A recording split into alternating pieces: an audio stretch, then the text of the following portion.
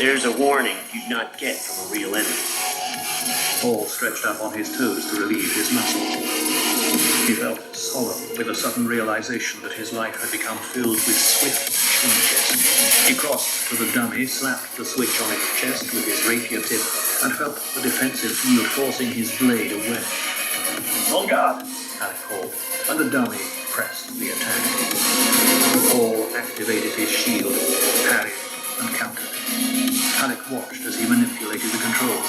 His mind seemed to be in two parts, one alert to the needs of the training fight, and the other wandering in fly buzz. "I'm the well-trained fruit tree," he thought, full of well-trained feelings and abilities, and all of them grafted onto me, all bearing for someone else to pick. For some reason he recalled his younger sister, her elfin face so clear in his mind. But she was dead now, in a pleasure house for Harkonnen troops. She had loved Pansy. Or was it Daisy? He couldn't remember. It bothered him that he couldn't remember. Paul countered a slow swing of the dummy, brought up his left hand en petite. The clever little devil, Alec thought, intent now on Paul's interweaving hand motions. He's been practicing and studying on his own. That's not Duncan's style, and it's certainly nothing I've taught him. This thought only added to Alec's sadness. I'm infected by mood, he thought, and he began to wonder about Paul, if the boy ever listened fearfully to his pillow throbbing in the night. If wishes were fishes, we'd all cast nets, he murmured. It was his mother's expression, and he always used it when he felt the blackness of tomorrow on him. Then he thought what an odd expression that was, to be taking to a planet that had never known seas or fishes.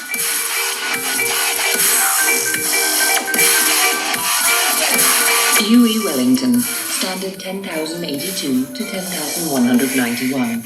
Medical doctor of the Soup School, graduated standard 10,112. Married Juana Marcus, Bene Gesserit, standard 10,092 to 10,186. Chiefly noted as betrayer of Duke Leto Atreides. CF Bibliography, Appendix 7, Imperial Conditioning and Betrayal, B. From Dictionary of Muad'Dib by the Princess Irulan. Although he heard Dr. Yui enter the training room, noting the stiff deliberation of the man's pace, Paul remained stretched out, face down on the exercise table where the masseurs had left him. He felt deliciously relaxed after the workout with Gurney Halleck. "You do look comfortable," said Yui in his calm, high-pitched voice. Paul raised his head, saw the man's stick figure standing several paces away, took in at a glance the wrinkled black clothing, the square block of a head with purple lips and drooping mustache, the diamond tattoo of imperial conditioning on his forehead, the long black hair caught in the Souk School's silver ring at the left shoulder. "You'll be happy to hear we haven't time for regular lessons today," Yui said. "Your father will be along presently." Paul sat up.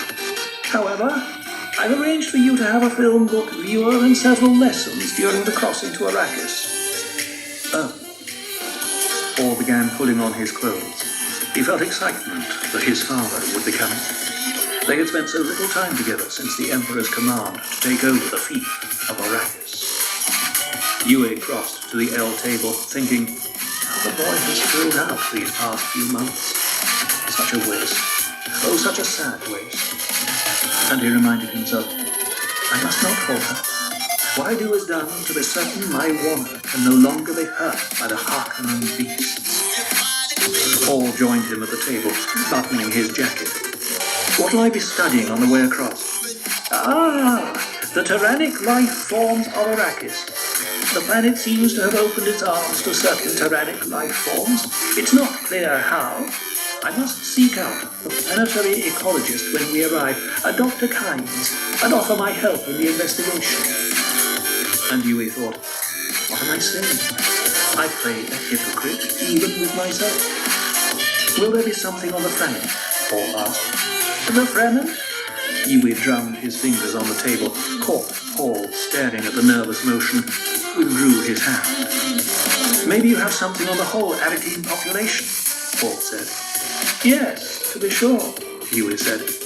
There are two general separations of the people. Fremen, they are one group, and the others are the people of the Graben, the Sink, and the Pan.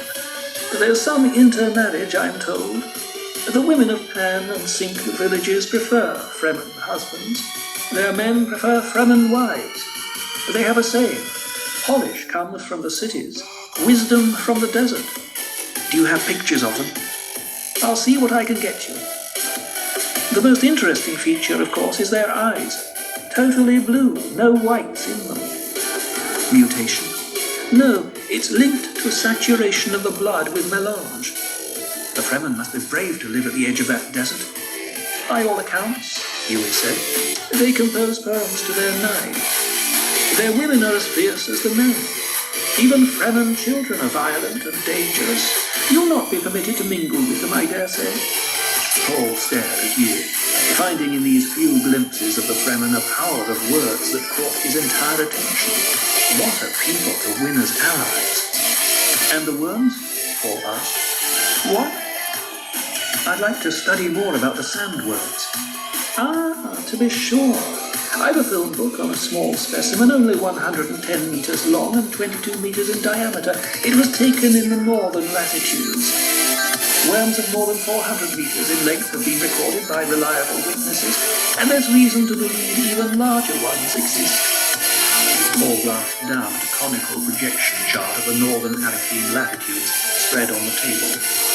The desert belt and south polar regions are marked uninhabitable. Is it the worms and the storms? But any place can be made habitable.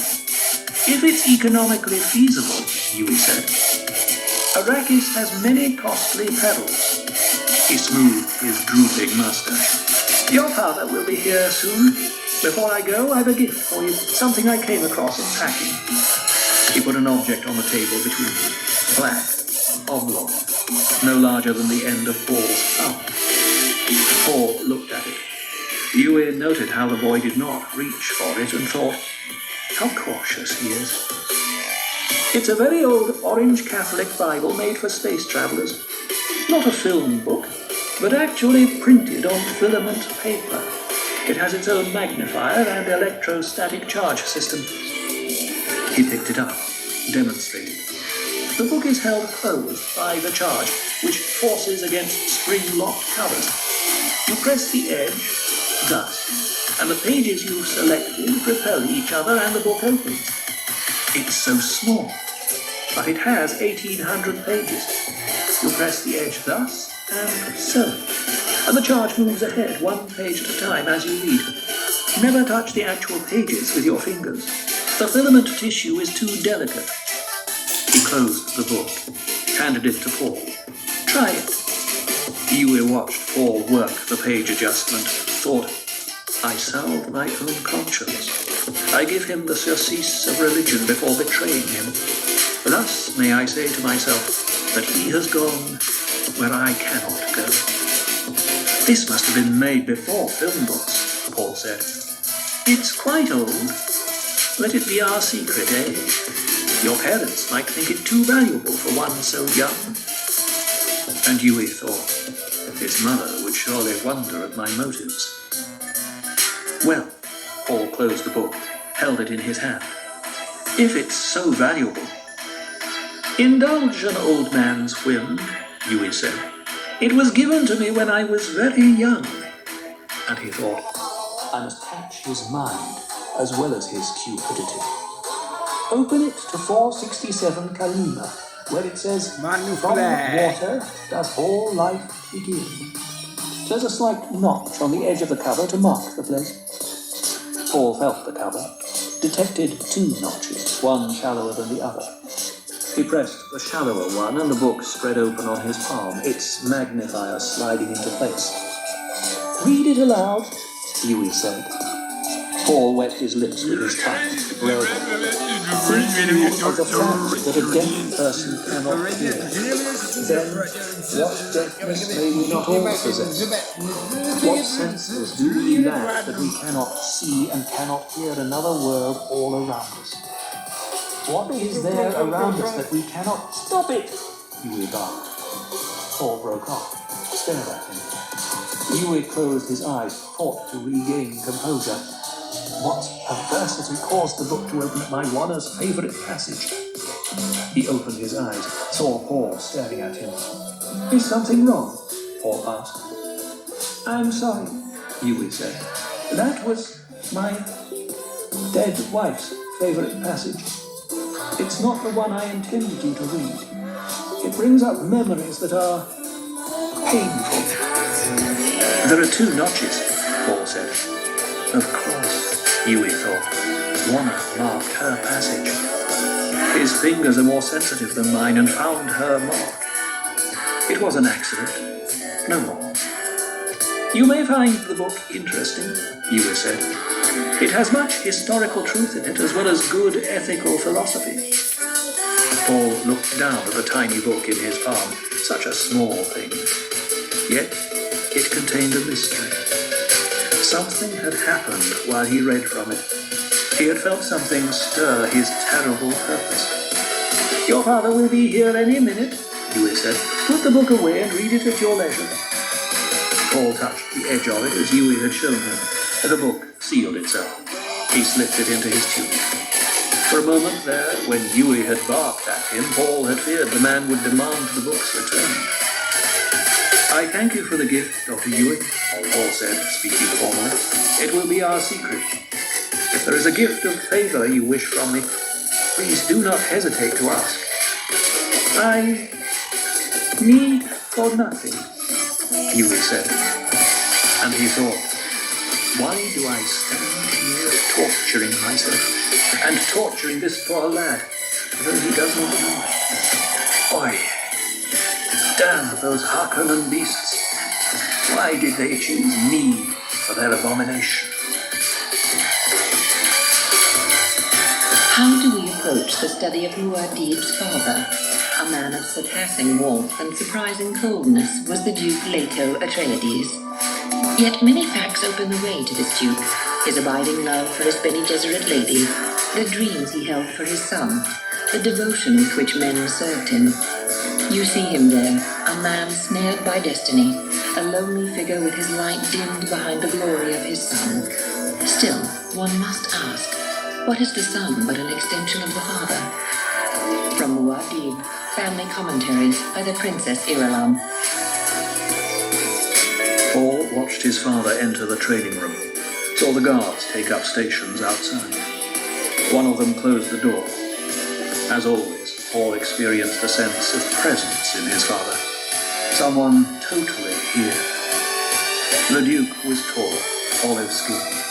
His thin face held harsh angles warmed only by deep, grey eyes. He wore a black working uniform with red armorial hawk crest at the breast. A silvered shield belt with a patina of much use girded his narrow waist. Hard at work, son? He crossed to the L table, glanced at the papers on it, swept his gaze around the room and back to Paul. He felt tired, filled with the ache of not showing his fatigue. I must use every opportunity to rest during the crossing to Arrakis, he thought. There'll be no rest on Arrakis. Not very hard. Everything's Yes.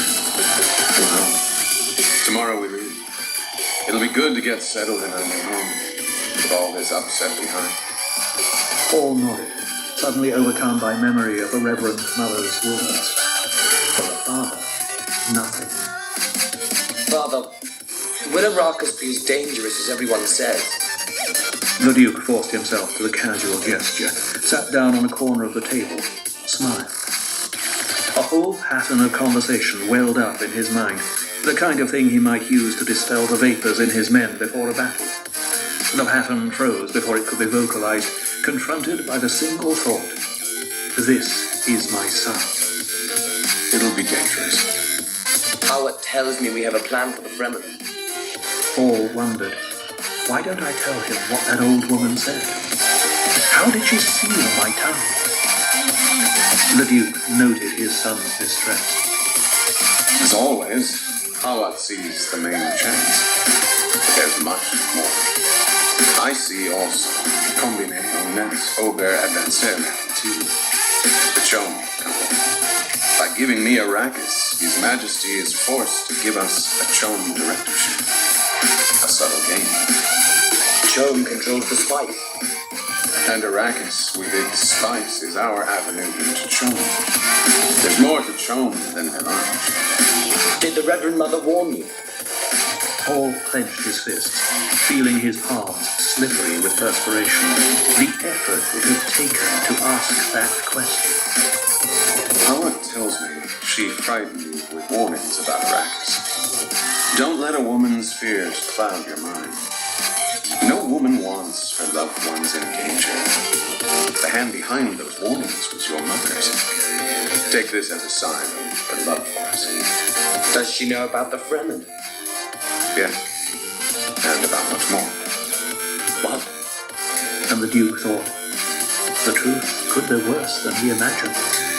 But even dangerous facts are valuable if you've been trained to deal with them. And there's one place where nothing has been spared for my son. Dealing with dangerous facts. This must be 11, though he is young. Few products escape the Chom touch. Logs, donkeys, horses, cows, lumber, dung, sharks, whale fur. The most prosaic and the most exotic. Even our poor Pundi rice from Caladan. Anything the Guild will transport. The art forms of Icaz, the machines of Rechesi and Ix. But all fades before melange. A handful of spice will buy a home on Tripoli. It cannot be manufactured. It must be mined on Arrakis. It is unique, and it has true geriatric properties. And now we control them. To a certain degree.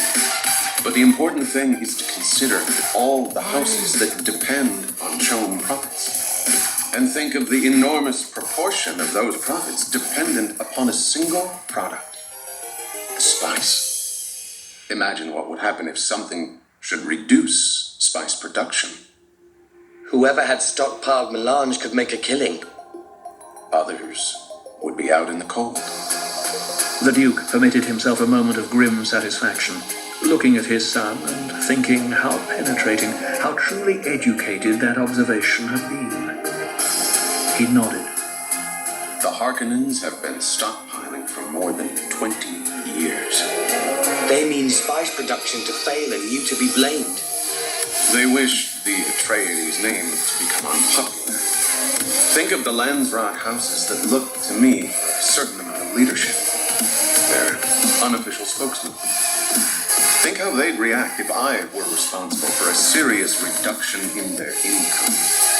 After all, one's own profits come first. The great convention be damned. You can't let someone pauperize you. A harsh smile twisted the Duke's mouth. They'd look the other way, no matter what was done to me. Even if we were attacked with atomics. Nothing that flagrant. No open defiance of the convention. But almost anything else short of that. Perhaps even dusting and a bit of soil poisoning. Then why are we walking into this? Knowing where the trap is. That's the first step in evading it. This is like single combat, son, only on a larger scale. A feint within a feint within a feint. Seemingly without end. The task is to unravel. Knowing that the Harkonnens stockpile melange, we ask another question. Who else can stockpile? That's the list of our enemies. Who? Certain houses we knew were unfriendly, and some we thought friendly. We need not consider them for the moment, because there is one other much more important. Our beloved Padishah Emperor. Paul tried to swallow in a throat suddenly dry. Couldn't you convene the Landsrat? Expose? Make our enemy aware we know which hand holds the knife? Paul, we see the knife now. Who knows where it might be shifted next? If we put this before the Landsrod, it'd only create a great cloud of confusion. The Emperor would deny it. Who could gainsay him? All we gain is a little time while risking chaos. And where would the next attack come from? All the houses might start stockpiling spice. Our enemies have a head start. Too much of a lead to overcome. The Emperor. That means the Sardaukar. Disguised in parking livery, but the soldier fanatics nonetheless. How can Fremen help us against Sardaukar? Did Howard talk to you about Seleucus Secundus? The Emperor's prison planet? No. What if it were more than a prison planet, Paul? There's a question you never hear asked about the Imperial Corps of Sardaukar. Where do they come from? From the prison planet? They come from somewhere. But the supporting levies the Emperor demands from... That's what we're led to believe. They're just the Emperor's levies, trained young and superbly. You hear an occasional muttering about the Emperor's training cadres, but the balance of our civilization remains the same.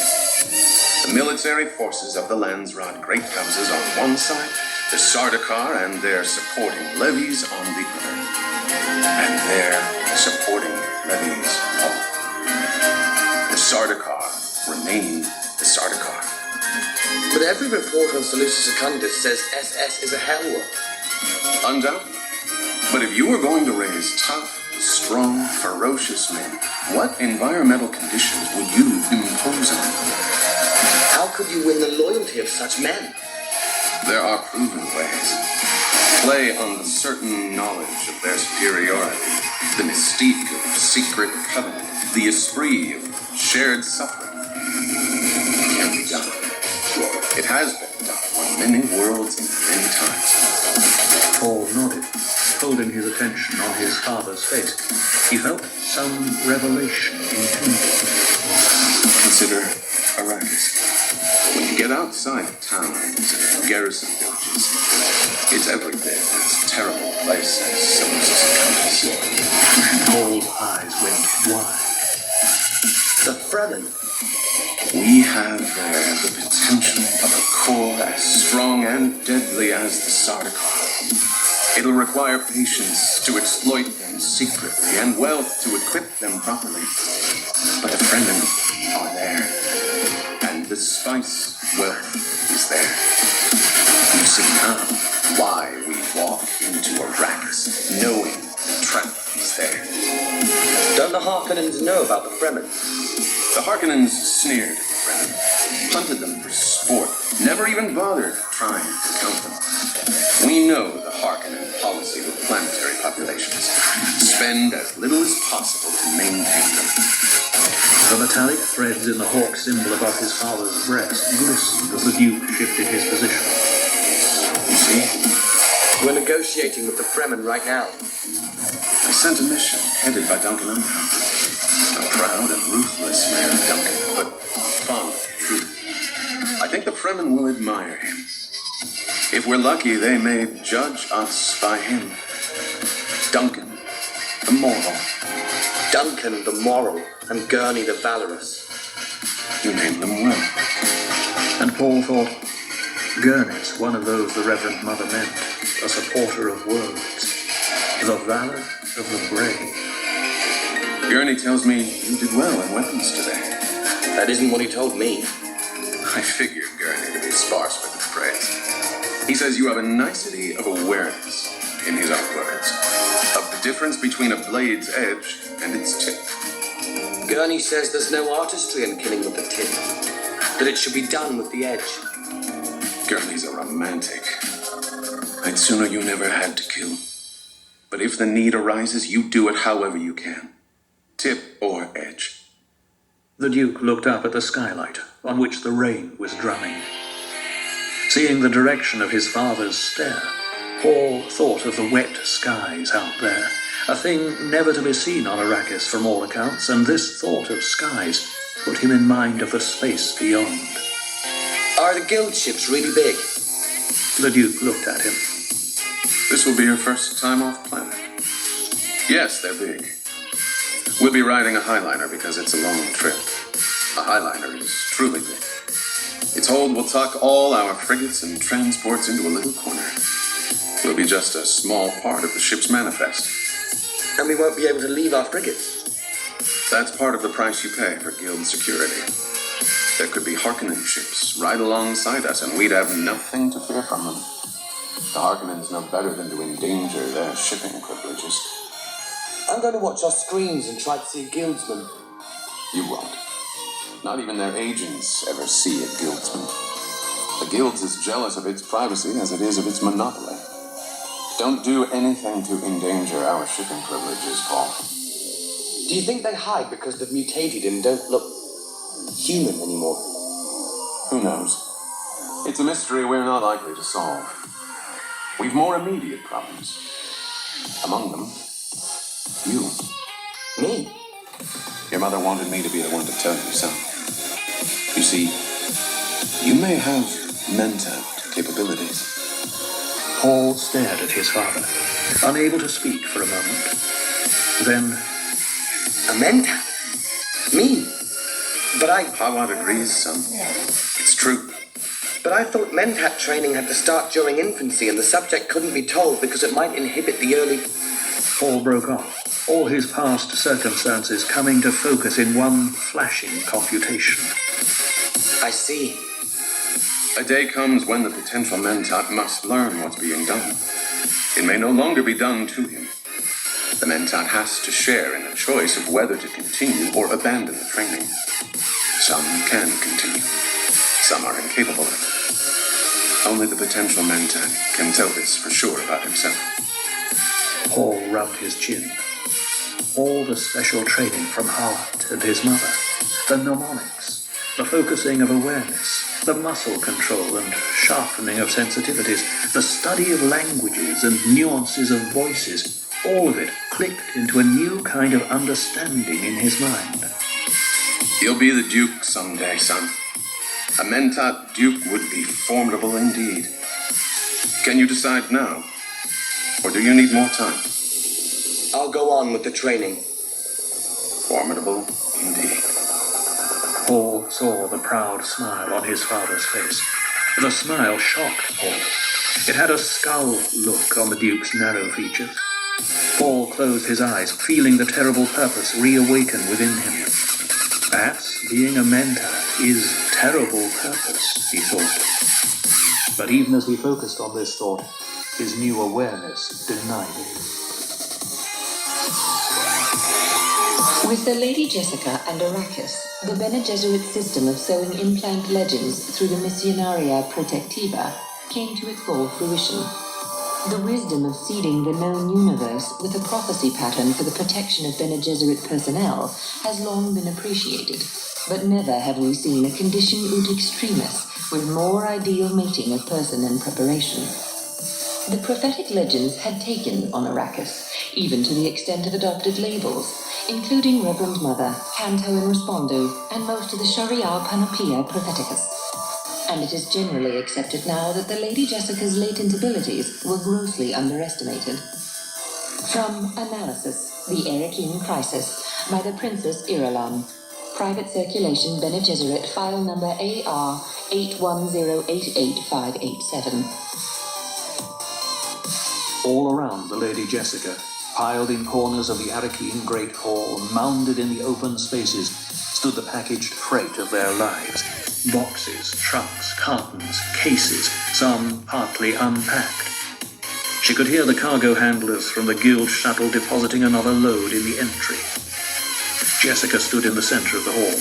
She moved in a slow turn, looking up and around at shadowed carvings, crannies, and deeply recessed windows. This giant anachronism of a room reminded her of the Sisters' Hall at her Bene Gesserit school. But at the school, the effect had been of warmth. Here, all was bleak stone. Some architect had reached far back into history for these buttressed walls and dark hangings, she thought. The arched ceiling stood 2 stories above her, with great crossbeams she felt sure had been shipped here to Arrakis across space at monstrous cost. No planet of this system grew trees to make such beams, unless the beams were imitation wood. She thought not. This had been the government mansion in the days of the old empire. Costs had been of